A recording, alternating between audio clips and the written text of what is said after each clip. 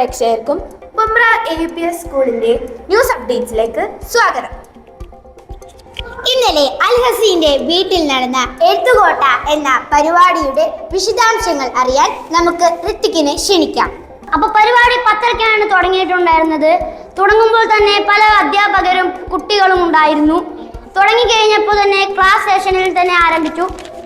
കവിതകൾ, എല്ലാ തരത്തിലുള്ള ഇൻഫോർമേഷൻസും ഒരു കവിതയുടെ വാക്കുകൾ എങ്ങനെയാവണമെന്നും മാഷ് ഞങ്ങളെ പഠിപ്പിച്ചിട്ടുണ്ടായിരുന്നു. വളരെ ആകാംക്ഷയോടുകൂടിയാണ് ആ ക്ലാസ് കണ്ടുകൊണ്ടിരുന്നത്.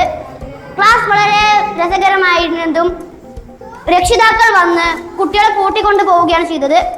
കൊണ്ടുപോകുന്ന സമയത്ത് തന്നെ ശക്തമായ മഴ ഉണ്ടായിരുന്നു. അതിനാൽ പല പ്രേക്ഷകരുടെ രക്ഷിതാക്കളും പതിയാണ് വന്നത്. മഴ തോർന്നിട്ടാണ് വന്നത്. നന്ദി. ഈ പരിപാടിയിൽ എന്ത് പ്രത്യേകതയാണ് ഋത്തിക്കിന് ഫീൽ ചെയ്തത്? സാധാരണ സ്കൂളിലും ഓഡിറ്റോറിയങ്ങളിലാണ് ഇത്തരം പരിപാടികളൊക്കെ നിർണ്ണയിക്കുന്നത്. പക്ഷേ ഇപ്രാവശ്യം ഒരു വിദ്യാർത്ഥിനിയുടെ വീട്ടിലാണ് സംഭവിച്ചത്. അതുകൊണ്ട് വീട്ടിലെ പാത്രങ്ങൾ, സംഭവങ്ങൾ അങ്ങനെ എല്ലാം കൂടി കണക്ട് ചെയ്തിട്ട് ഒരു ഹോംലി ഫീൽ കാരണം വളരെ എൻജോയബിൾ ആയിരുന്നു ആ പരിപാടി.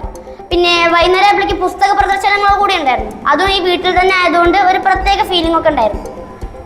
ഋത്തിക്ക് പുസ്തക പ്രദർശനം ഉണ്ടായിരുന്നു പറഞ്ഞല്ലോ.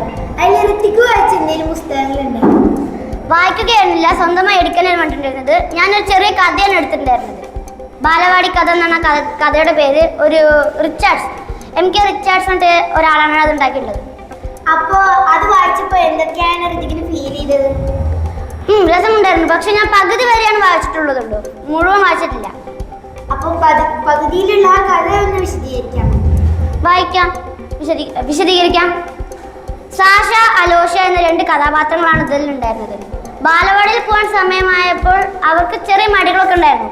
പിന്നെ ബാലവാടിയിലേക്ക് ഇണങ്ങി വരുന്നതാണ് ഈ കഥയിലെ പ്രത്യേകത. ഇപ്പോൾ നമുക്ക് വിവരങ്ങൾ നൽകിയത് AUPS ബുംറയിലെ വിദ്യാർത്ഥിയായ 6B ക്ലാസ്സിലെ വിദ്യാർത്ഥിയായ ഋത്തിക്കായിരുന്നു. ഋത്തിക്കിന് വളരെ